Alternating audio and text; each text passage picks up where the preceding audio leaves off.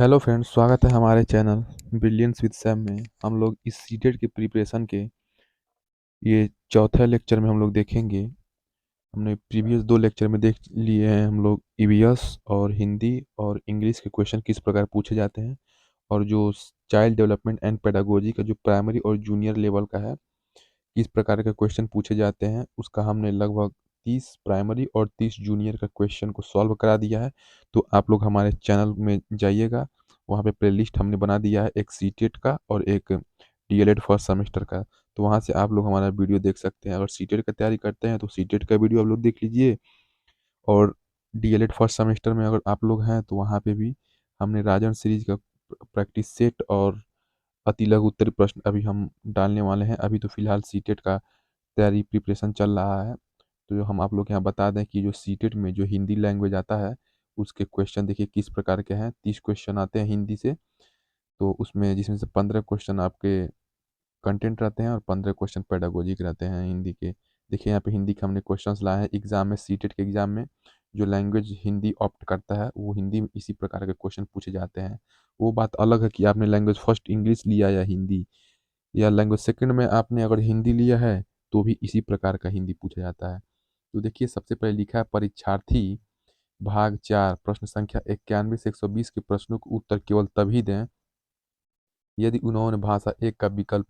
इस पोर्शन को वही करेगा जो भाषा एक में क्या लिया है, हिंदी को ऑप्ट किया है। अगर आप भाषा एक में अगर इंग्लिश लिए हैं तो इस पोर्शन को एग्जाम के टाइम में नहीं करेंगे, नहीं तो आपका गलत हो जाएगा। देखिए यहाँ पे गद्यांश दिया है। गद्यांश में देखिए क्या है, पढ़िए गद्यांश को पढ़िए। आंतरिक और बाह्य दोनों रूपों में स्वच्छता और निर्मलता एक बुनियादी आवश्यकता है। मन के शुद्ध और सात्विक विचार आंतरिक स्वच्छता के आयाम हैं। बाह्य स्वच्छता के अंतर्गत स्वास्थ्य, शिक्षा, पर्यावरण, अच्छी सामाजिक आर्थिक स्थिति का समावेश होता है। बाह्य स्वच्छता का मूलाधार आंतरिक स्वच्छता है। मन की स्वच्छता मानव व्यवहार को दर्शाती है। सत्य, शुद्धता, शांति, प्रेम और सम्मान जैसे आत्मा के जन्मजात गुणों का उल्लंघन प्राकृतिक विधि विधान और व्यवस्था का उल्लंघन है। तो देखिए हमने गद्यांश को पढ़ लिया और इसके बेसिस पे हम लोग नीचे जो क्वेश्चन दिए गए हैं उसे सॉल्व करेंगे।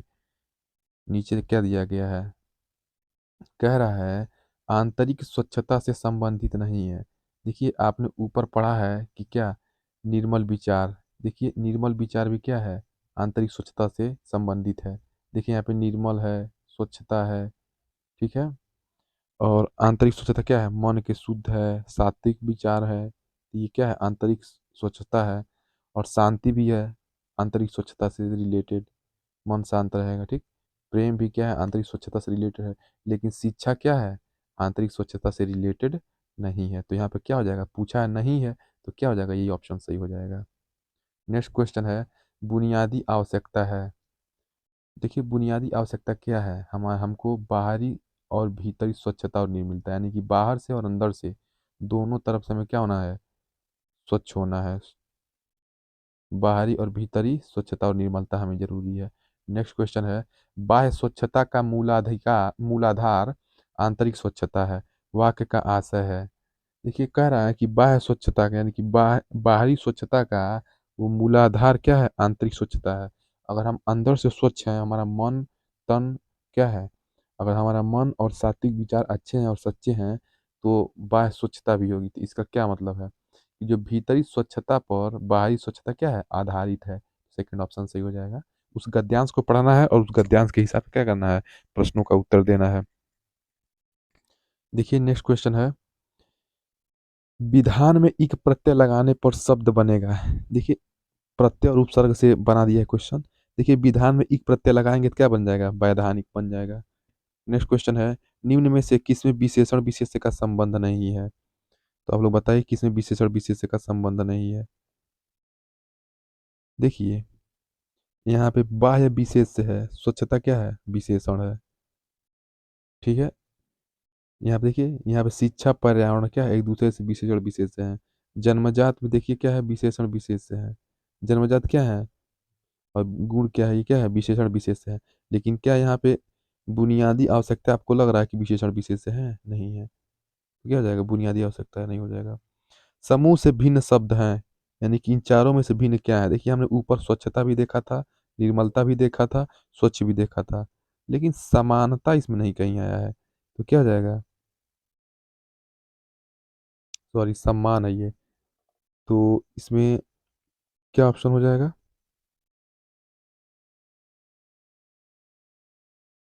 बताइए। समूह से भिन्न कौन है? स्वच्छता, निर्मलता, स्वच्छ। समूह से भिन्न क्या हो जाएगा?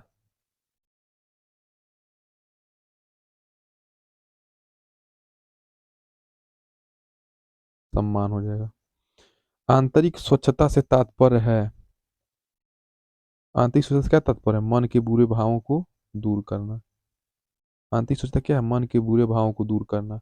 नेक्स्ट क्वेश्चन है, बुनियादी में प्रत्यय है, बुनियादी में कौन सा प्रत्यय है? बुनियादी में क्या है? बड़ाई का प्रत्यय है। देखिए, उपसर्ग पहले लगता है, प्रत्यय बाद में। क्योंकि ऊ क्या आता है? आ में जो वर्णमाला में ऊ पहले आता है, उससे हम लोग याद कर लेंगे, ऊ उपसर्ग होता है। ऊ क्या लगता है? शब्द में पहले लगता है। प्रत्यय प्र बाद में आता है, तो क्या हो जाएगा? प्रत्यय बाद में लगता है।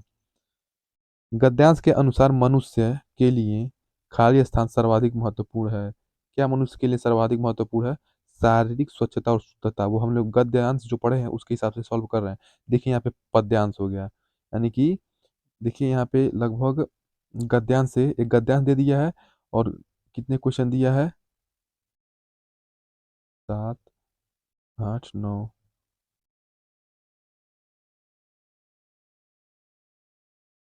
9, 9 क्वेश्चन दिया है उससे, गद्यांश से।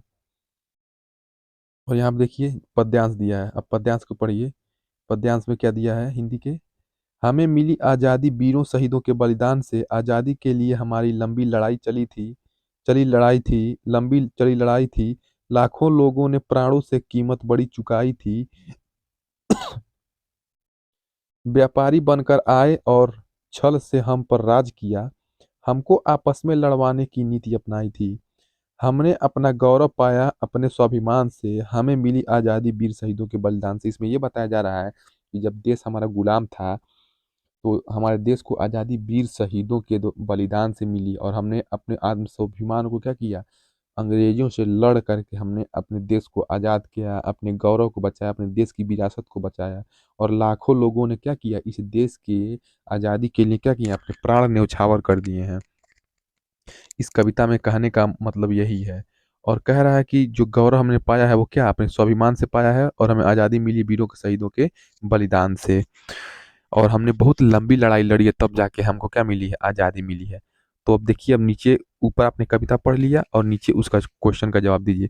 कविता में किस छल की बात की गई है? किस छल की बात की गई है बताइए?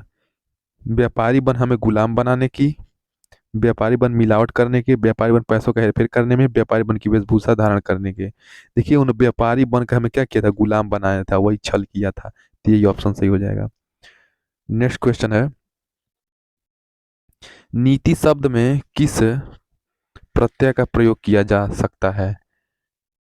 बोला किया जा सकता है, कि इसमें कौन सा, ये नहीं पूछा है कि कौन सा हम इसमें प्रत्यय है बताइए। ये नहीं पूछा, कह रहा है इसमें नीति में कौन सा प्रत्यय आप लोग लगा सकते हैं। तो क्या प्रत्यय लगा सकते हैं? देखिए, नीति में ता लगाएंगे, प्रत्यय नहीं लगा। नीतिता कोई शब्द ही नहीं है, सार्थक शब्द बन ही नहीं रहा है। नीति ये ई लगेगा ही नहीं, ई ये लगेगा ही नहीं। तो क्या हो जाएगा? नीतिक होता है, नीतिज्ञ होता है। ठीक है, तो नीति क्या है? नीति में क्या करते हैं? इक प्रत्यय हम लोग प्रयोग कर सकते हैं। नेक्स्ट क्वेश्चन है, स्वाभिमान का संधि विच्छेद है। स्वाभिमान का संधि विच्छेद क्या हो जाएगा? स्व प्लस अभिमान। क्या हो जाएगा? ये तो बहुत इजी है, स्व प्लस अभिमान। देश को स्वतंत्रता प्राप्त करने में एक लंबा समय लगा था। यह भाव कविता के किस अंश में प्रतिबिंबित होता है? वीर शहीदों के बलिदान से, कीमत बड़ी चुकाई थी, गौरव पाया अपने स्वाभिमान से, लंबी चली लड़ाई थी। देखिए, देश को स्वतंत्रता प्रदान करने में बहुत लंबा समय लगा था।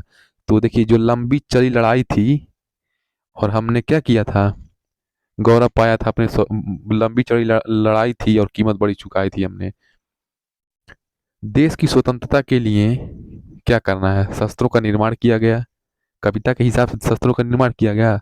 ऐसी तो कविता में कुछ कहा ही नहीं गया कि शस्त्रों का निर्माण किया गया। अपने जीवन की आहुति दी, हाँ, ये अपने जीवन की आहुति दी। हमारे जो पूर्वज हैं, हमारे जो वीर शहीद हैं, उन्होंने क्या किया? अपने जीवन की आहुति दे दी। वीरों की भर्ती की गई, कविता के हिसाब से नहीं है। बहुत सारा धन दिया, कविता के हिसाब से नहीं है। कविता के हिसाब से क्या है? देश की स्वतंत्रता के लिए अपने जीवन की आहुति दी। नेक्स्ट क्वेश्चन है, आज़ादी मिलने का श्रेय किसे दिया गया? देखिए, आज़ादी मिलने का श्रेय हमारे वीरों ने क्या किया? कविता में देखा, कविता के हिसाब से क्या किया? बलिदान दिया है, तो वीरों के बलिदान से हमें आज़ादी मिला है, तो ये ऑप्शन सही हो जाएगा। नेक्स्ट क्वेश्चन देखिए आप लोग। देखिए, वहाँ पे हमने लगभग 9 क्वेश्चन, 10, 11, 12, 13, 14, 15, देखिए 15 क्वेश्चन हमने गद्यांश और पद्यांश से मिला करके पढ़ करके हमने सॉल्व कर लिया है। अब देखिए यहाँ पे आ रहा है पेडागोजी का क्वेश्चन, मतलब हिंदी पेडागोजी पूछ रहा है, हिंदी का शिक्षा शास्त्र पूछ रहा है।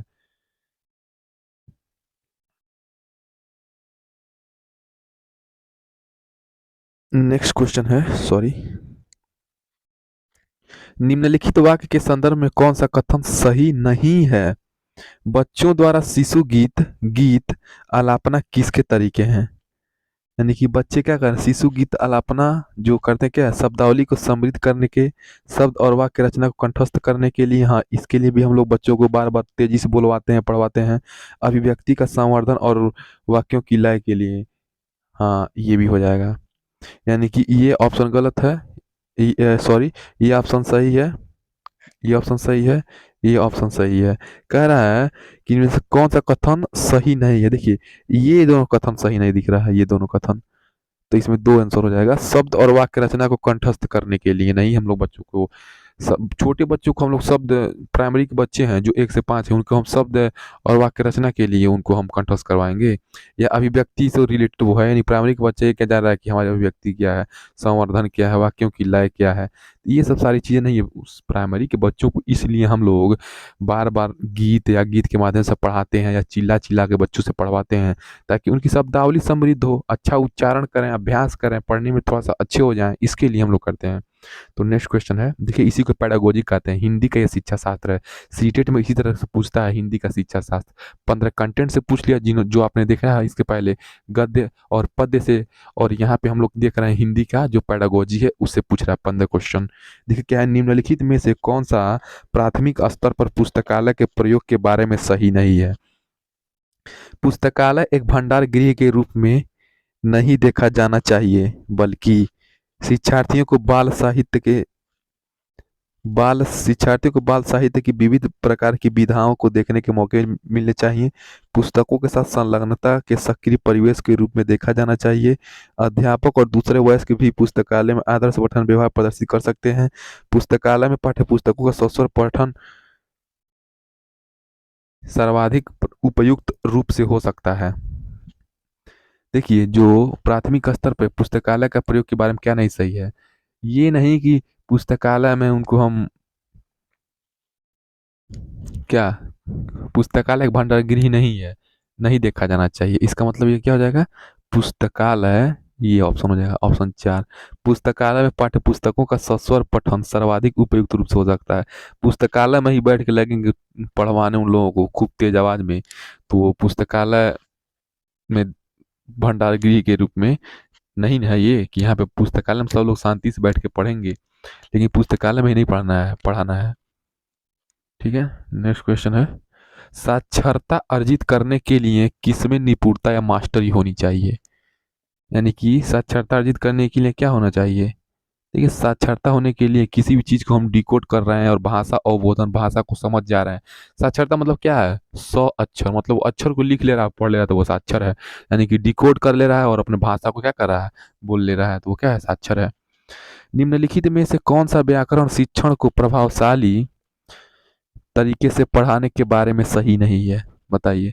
कह रहा है कि व्याकरण शिक्षण, यानी कि आप किस कभी व्याकरण को पढ़ा रहे हैं, तो क्या प्रभावशाली तरीका नहीं होगा इन चारों ऑप्शन में से? व्याकरण वास्तविक संप्रेषण प्रस्तुत करना, व्याकरण के प्रासंगिक नियम प्रस्तुत करना, संप्रेषण के अभ्यास के अवसर देना, व्याकरण को उसके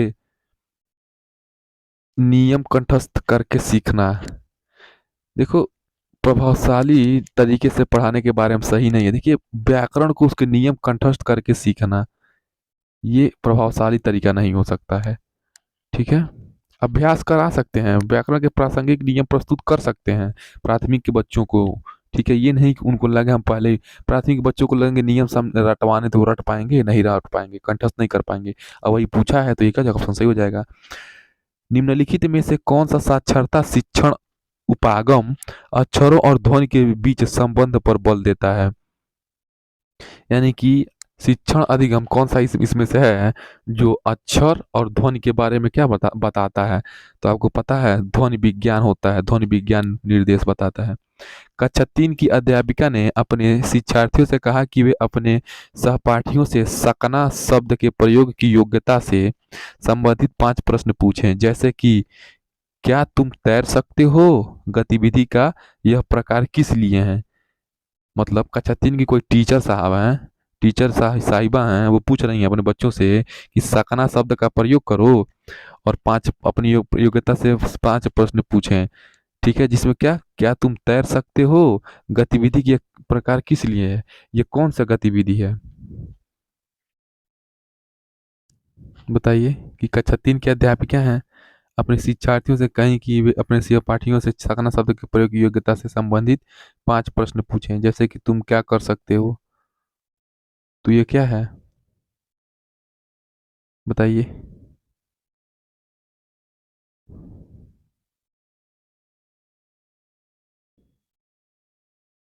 नियंत्रित मौखिक अभ्यास। कक्षा 3 की अध्यापिका अपनी कक्षा में पठन कोना सृजित करना चाहती हैं। बच्चों के लिए पुस्तकों का चयन करते समय निम्नलिखित में से किस प्रश्न को सबसे अधिक महत्वपूर्ण मानना चाहिए? बताइए। कक्षा 3 की अध्यापिका अपनी कक्षा में पठन कोना सृजित करना चाहती हैं। बच्चों के लिए पुस्तकों का चयन करते समय निम्नलिखित में से किस प्रश्न को सबसे अधिक महत्वपूर्ण मानना चाहिए? बताइए। क्या इन पुस्तकों के लेखक जाने माने हैं, बाल साहित्य के माननीय लेखक हैं? ठीक है, अगर उस पुस्तक के लेखक जाने माने नहीं है और उस बाल साहित्य के माननीय लेखक नहीं है तो क्या फायदा है उस पठन को मतलब अच्छे से करवाने का? कहने का मतलब ये यहाँ पे कौन सा उपागम या विधि शिक्षार्थी की जीवन की वास्तविक परिस्थितियों में भाषा प्रयोग के मुख्य लक्ष्य से संबंधित है? यानी कि इसमें से इन चारों में से कौन सा ऐसा उपागम है जो शिक्षार्थियों को क्या करता है भाषा के प्रयोग में? देखिए संप्रेषणात्मक उपागम, अगर बच्चे भाषा एक ऐसी चीज है, भाषा का हमको सीखना है तो संप्रेषण होना चाहिए, कम्युनिकेट करना होना आना चाहिए। अगर कम्युनिकेट करेंगे तो भाषा जल्दी सीख जाएंगे। नेक्स्ट क्वेश्चन है, एक अध्यापक ने शिक्षार्थियों को अपने सहपाठियों से अपनी अभ्यास पुस्तिकाओं की अदला बदली कर जांचने के लिए कहा। इस कार्य का उद्देश्य क्या है? देखिए वो कोई टीचर है, वो कहते हैं कि सारे बच्चे अपना कॉपी किताब क्या करो, अपना अभ्यास पुस्तिका क्या करो, अब एक दूसरे से चेंज कर लो।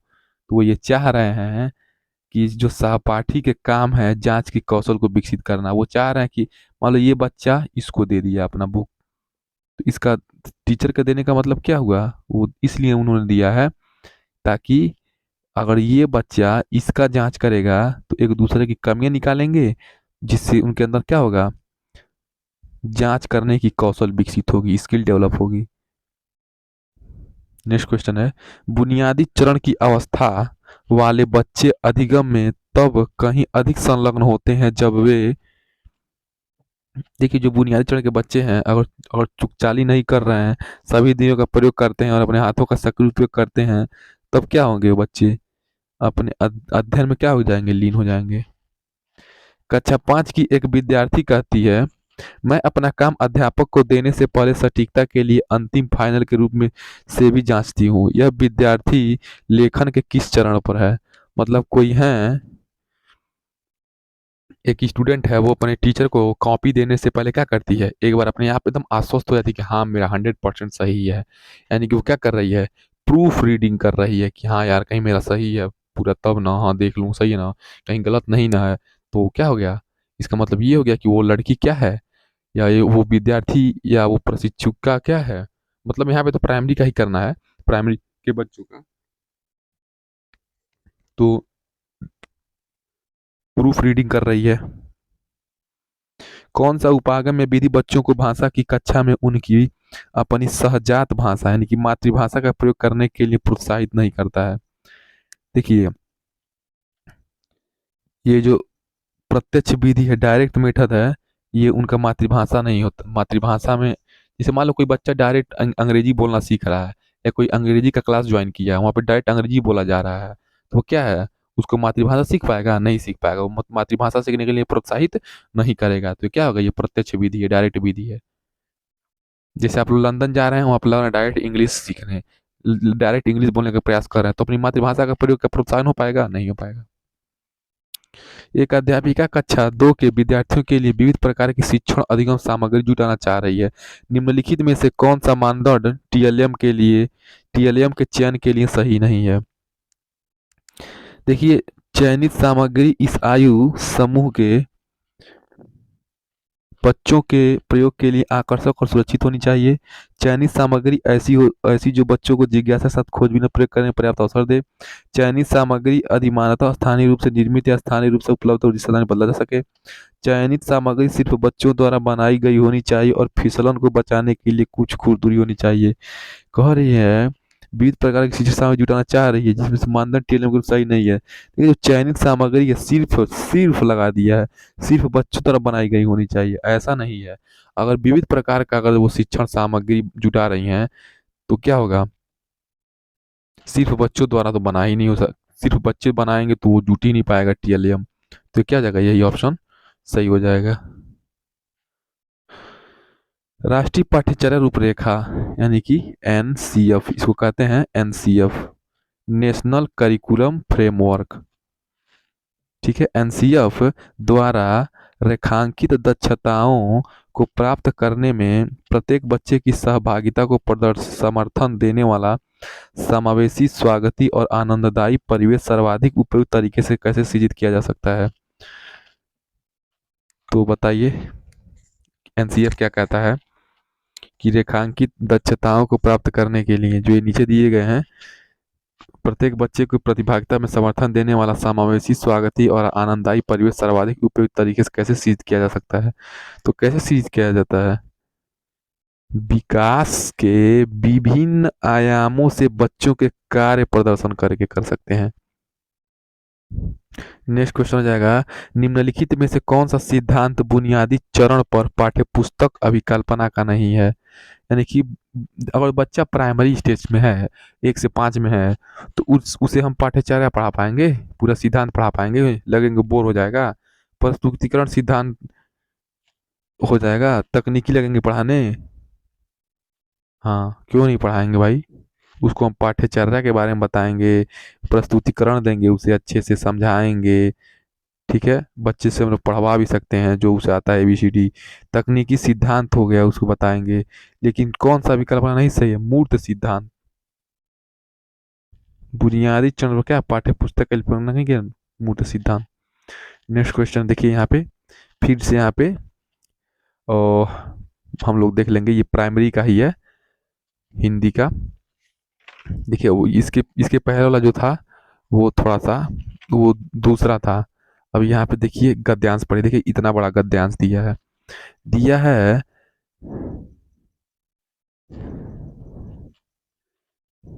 इस बार मौसम विज्ञानियों ने घोषणा की हुई है कि अल नीनो प्रभाव के कारण मानसून कमजोर रह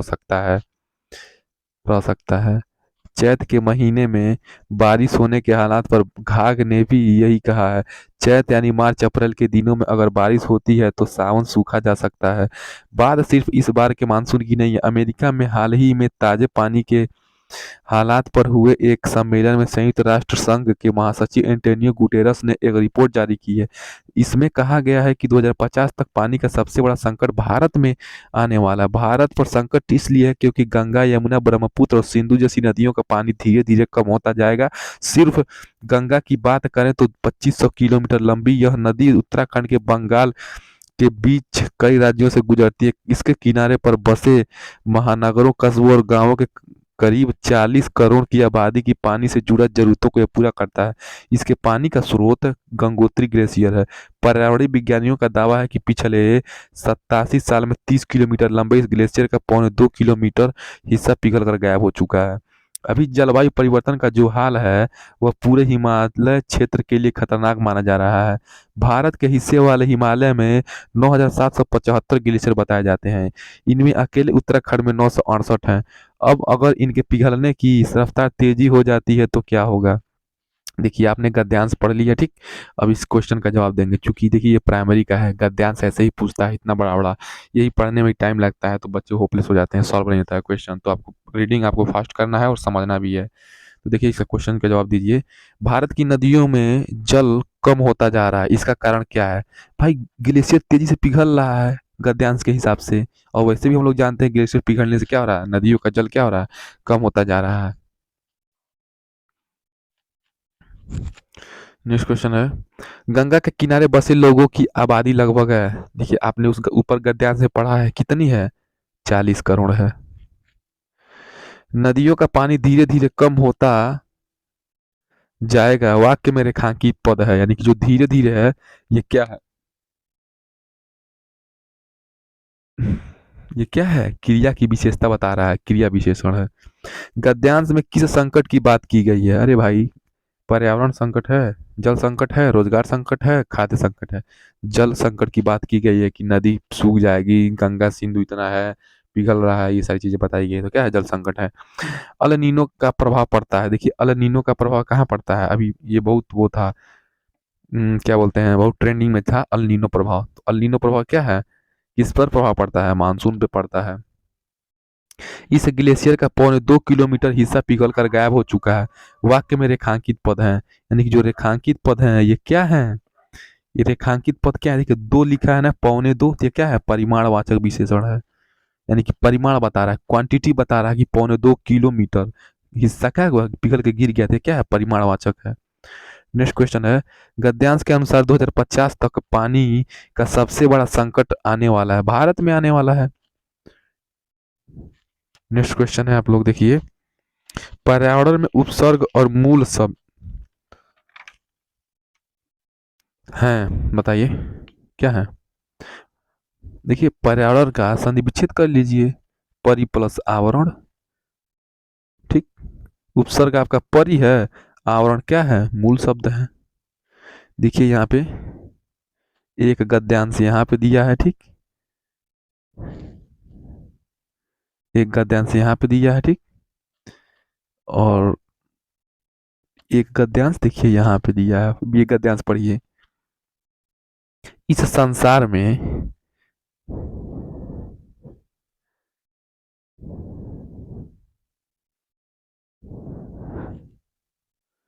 इस संसार में सब कुछ अस्थाई है, पाप और पुण्य दोनों इस संसार से संबंधित है, इसलिए पाप और पुण्य भी अस्थाई है। पुण्य सुख देकर और पाप दुख देकर अंत को प्राप्त होता है, यानी कि पुण्य जो है वो सुख देकर, और पाप हमको क्या कर देता है? दुख देता है, ठीक है, और वो भी क्या होता है? समाप्त होता है।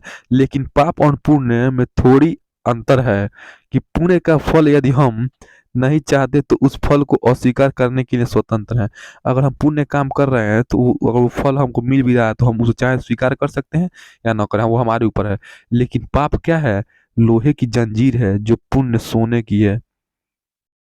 बंधन दोनों में है, लोहे की जंजीर से टूटने का आदमी का मन भी करता है, लेकिन सोने की जंजीर से बंधा जो हुआ है हो उसका वह बंधन प्यारा लगने लगता है, उसमें उसको धन नजर आता है, उससे छूटने का मन नहीं करता है। आशा करता हूँ आप लोगों को ये गद्यांश बहुत अच्छी तरीके से समझ में आया होगा। नहीं समझ में आया तो एक बार आप लोग वीडियो पॉज करके एक बार गद्यांश पढ़ लीजिए, तब मेरे साथ आप आगे प्रोसीड करिए। देखिए तब इस पे बेसिस क्वेश्चन हम लोग सॉल्व करते हैं, चूंकि ये बहुत बड़ा हो जाएगा। इस संसार में कुछ भी खाली स्थान नहीं है, क्या नहीं है? इस संसार में कुछ भी अस्थाई नहीं है भाई, ठीक है, कुछ भी अस्थाई नहीं है, ठीक है, सब अस्थाई है। तो आप अस्थाई भरेंगे तो क्या आ जाएगा? अस्थाई हो जाएगा, लेकिन आपको क्या दिखाना है कि अस्थाई नहीं है। पाप और पुण्य दोनों खाली स्थान, पाप और पुण्य क्या है, दोनों भाई अस्थाई हैं। पुण्य में उसके फल को पुण्य में उसके फल को हम स्वीकार नहीं भी कर सकते हैं। देखिए हम लोग पुण्य में जो हमको फल मिला, पुण्य करने पर जो भी फल मिला, हम चाहे तो स्वीकार करेंगे चाहे तो नहीं करेंगे। लेकिन पाप क्या है, लोहे की जंजीर है। लोहे की जंजीर और सोने की जंजीर जैसा बंधा हुआ है। अगर एकदम छूट टूटना लोहे की जंजीर की तरह टूटना भी चाहे तो नहीं टूट पाएंगे, लेकिन लोभ रहता है कि हाँ अगर वो सोने की जंजीर है तो उससे हमको जुड़ना ही रहना है। तो कहीं ना कहीं धन का भी लोभ होता है। ये बहुत समझने वाली बात है। आप लोग वीडियो पॉज करके समझ लीजिएगा रोक के। तो हम लोग आगे बढ़ते हैं। गद्यांश के अनुसार पाप और पुण्य क्या है। गद्यांश के अनुसार पाप और पुण्य क्या है, दोनों में बंधन है। पाप और पुण्य दोनों की तुलना क्रमशः खाली स्थान की जंजीर से की गई है।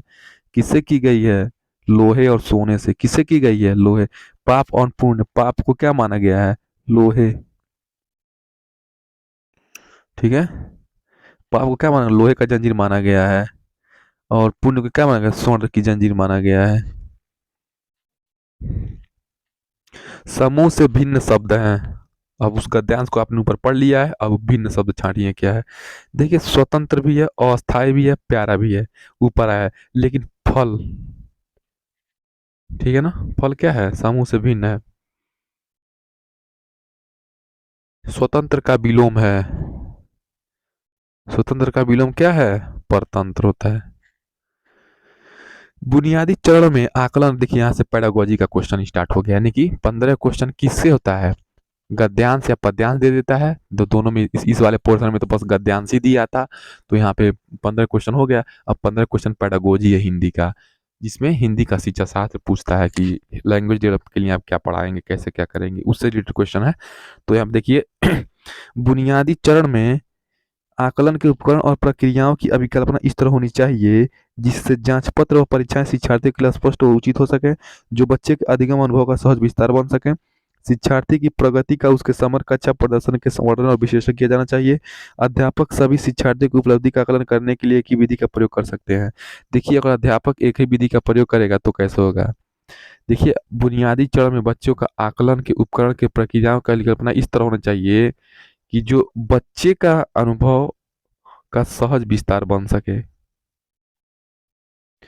137 है, बच्चों का संज्ञानात्मक विकास, यानी कि माइंडली विकास कर लीजिए तरह से, कॉग्निटिव डेवलपमेंट और लैंग्वेज और विकास क्या होगा, उस संस्कृति और समुदायों से घनिष्ठ रूप से संबंधित है जिनमें बच्चे रहते हैं। जैसा उस संस्कृति और समुदाय में रहेंगे उनके अंदर वैसा ही संज्ञान और भाषा विकास का डेवलप होगा। कोई भी व्यक्ति किसके द्वारा सर्वाधिक उपयुक्त तरीके से द्वितीय भाषा सीख सकता है, यानी कि अगर हमें हिंदी आता है और इंग्लिश सीखना है तो हम लोग कैसे सीख सकते हैं, अपने समाज में सहजात वाचकों, मूल भाषा बोलने वालों के सतर्क संपर्क के माध्यम से। ठीक है, कोई भी व्यक्ति सर्वाधिक उपयुक्त तरीके से द्वितीय भाषा सीख सकता है अगर वो भाषा जानने वाला व्यक्ति क्या है, वो हमारे समाज में जुड़ा है। अगर उससे हम अपने मदर टंग में बात करें, सीखना चाहें तो अच्छे से सीख जाएंगे। यहाँ पे उस यही कहने का मतलब है। भाषा अधिगम एक क्या है, भाषा अधिगम लैंग्वेज लर्निंग एक गहन प्रक्रिया है जो जन्म के समय से शुरू होती है और जीवन पर्यंत चलती है। भाषा क्या है, एक गहन प्रक्रिया है जो जन्म से शुरू होती है और जीवन पर्यंत तक चलती है। हम लोग बचपन में, हम कुछ लोगों का मदर टंग भोजपुरी है मान लीजिए, कोई भोजपुरी बोलता है, कोई उड़िया, कोई बंगाली, कोई आसमी।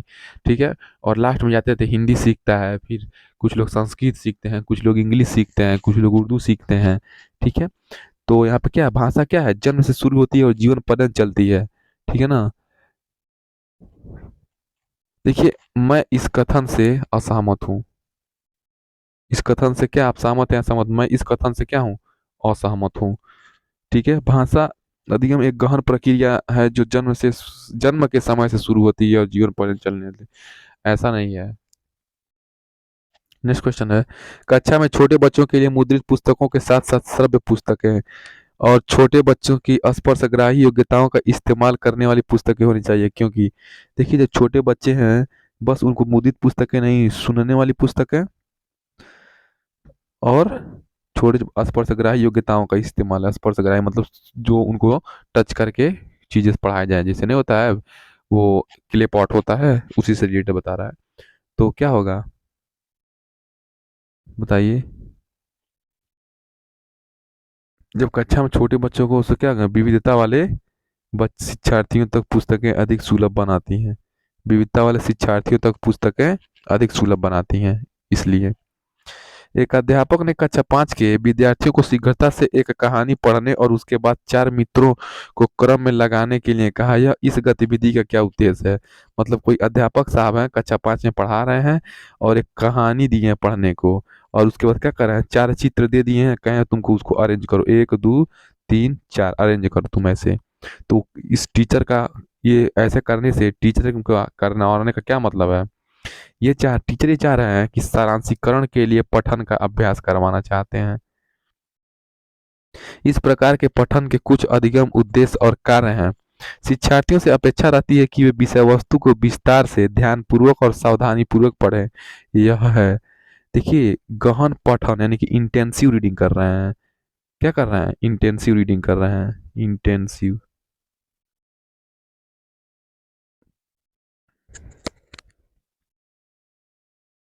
देखिए, अगर जो उसमें विस्तार से ध्यान से पढ़ रहा है तो भाई गहन पठन है, इंटेंसिव रीडिंग है। नेक्स्ट क्वेश्चन है, विद्यार्थी अध्यापक द्वारा दिए गए आदर्श वाक्यों को दोहराकर, ठीक, क्या है, विद्यार्थी अध्यापक द्वारा दिए गए आदर्श वाक्यों को दोहराकर भाषा के प्रतिमान यानी कि पैटर्न सीखते हैं। ये वे वाक्यों को कंठस्थ कर लेते हैं, सही तरीके से डील करने पर अध्यापक द्वारा सकारात्मक पुनर्बलन प्राप्त करते हैं।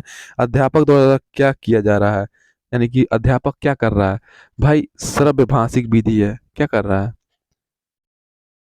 श्रव्य भाषिक विधि है। शिक्षार्थी व्याकरण के नियम और शब्द संपदा को कंठस्थ कर रहे हैं, ठीक, अच्छी बात है। अधिकांश कार्य मातृभाषा में हो रहा है। भाषा अध्यापक द्वारा अपनी कक्षा में किस विधि का प्रयोग करना चाहिए? अच्छा, ये कह रहा है कि अगर जो शिक्षार्थी है व्याकरण के नियम और शब्द संपदा याद कर रहे हैं और अपने लैंग्वेज में याद कर रहे हैं, तो उस समय अगर आप लैंग्वेज टीचर हैं तो आप अपनी कक्षा में किस विधि का प्रयोग करेंगे? बताइए। प्रत्यक्ष विधि का, प्राकृतिक उपागम का, संप्रेषणात्मक शिक्षण का, व्याकरण अनुवाद का। तो आप लोग किसका अनुवाद करेंगे? देखिए, जब व्याकरण अनुवाद का करेंगे ना, और व्याकरण पढ़ा रहे हैं, शब्द संपदा ठीक कर रहे हैं, मातृभाषा में हो रहा है, तो हम लोग क्या करेंगे? पहले हम लोग अपना मातृभाषा में लिखेंगे, उसके बाद उसका क्या करेंगे, व्याकरण का नियम लगा के उन्हें बताएंगे कि बच्चों देखो यहाँ से हिंदी से इंग्लिश में ऐसे ट्रांसलेट किया जाता है, या हिंदी से संस्कृत में ऐसे ट्रांसलेट किया जाता है। तो व्याकरण अनुवाद करेंगे। यदि बच्चे अपने परिवेश में दो भाषाओं का बोलना सुनते हैं, दो भाषाओं को सुनने के ये अवसर, अगर कोई परिवेश से बच्चे दो भाषाएं सुन रहे हैं तो बच्चों को तो लाभ ही पहुंचाएंगे ना। पढ़ने पठन सीखने में, यानी कि अगर पढ़ने के लिए हम सीख रहे हैं, मतलब हम पढ़ नहीं पा रहे हैं, कहने का मतलब अगर पठन सीखने में सबसे बड़ी चुनौती प्रेरणा और अच्छा बाल साहित्य पाने की है। इस चुनौती को दूर करने के लिए, देखिए, उस चुनौती को दूर करने के लिए क्या करेंगे? और बाल साहित्य की सरलता से उपलब्धता, जिससे पठन के लिए प्रोत्साहन और रुचि पैदा होगा, रुचि पैदा हो जाएगा और प्रोत्साहन मिल जाएगा, सरलता से उपलब्ध हो जाएगा पठन के लिए, तो क्या होगा, वो इस चुनौती को दूर कर देंगे। प्राथमिक स्तर पर भाषा कौशल का आकलन करने के लिए भाषा अध्यापक को मुख्यतः किस पर ध्यान केंद्रित करना चाहिए? कह रहा है कि अगर आप एक प्राथमिक स्तर पर बच्चों को पढ़ा रहे हैं लैंग्वेज, तो उनके अंदर स्किल, भाषा कौशल का आकलन, भाषा का क्या करना है, लैंग्वेज स्किल का असेसमेंट आपको करना है। भाषा अध्यापक को मुख्यतः क्या, किस पर ध्यान होना चाहिए? देखिए, भाषा अध्यापक का ध्यान उस पर होना चाहिए कि वो क्या करे, समझ के साथ पठन करवाए। एक अच्छी वाचन एक अच्छी वाचन या बोलना गतिविधि वह है जिसमें, कैसी गतिविधि है, शिक्षार्थी अधिक बातचीत करते हैं।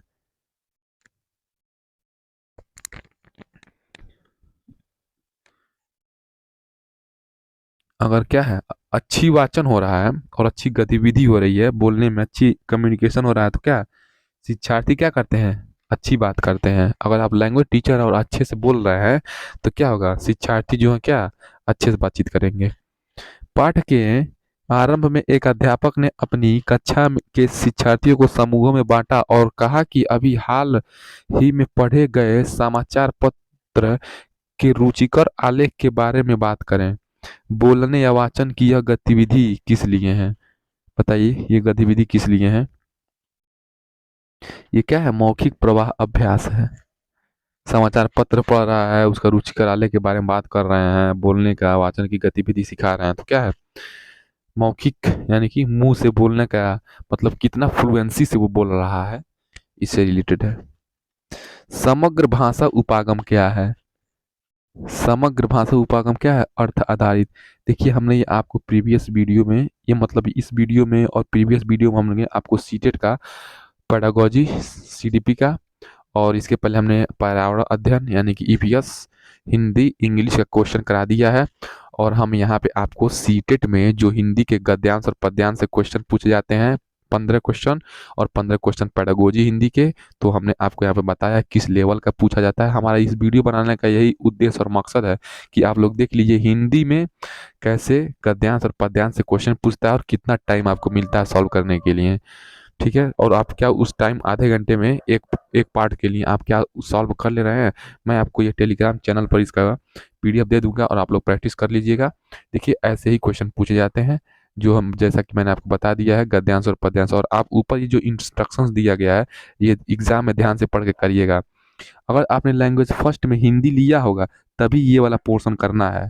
ठीक है, अगर आपने लैंग्वेज फर्स्ट में अगर आपने लैंग्वेज फर्स्ट में हिंदी न लेकर के इंग्लिश ऑप्ट किया होगा तो आप इस पोर्शन को क्या करेंगे? नहीं करेंगे, इस पोर्शन को नहीं करेंगे। कहने का मतलब ये है, आपको मैं पहले ही समझा दे रहा हूँ। तो हमारे चैनल से जुड़ने के लिए बहुत बहुत धन्यवाद, वीडियो को लास्ट तक देखने के लिए बहुत बहुत धन्यवाद। तो हमारे चैनल को सब्सक्राइब कर लीजिएगा ताकि आपको सीटेट और डीएलएड फर्स्ट सेमेस्टर के रिगार्डिंग जो भी क्वेश्चन या क्वेरी हो वो हमारे कमेंट्स में आप पूछ सकते हैं। और हाँ, अगर ये वीडियो आपको पसंद में आया हो तो एक बार, एक कम से कम एक बार शेयर और लाइक जरूर कर दीजिएगा। बहुत बहुत धन्यवाद।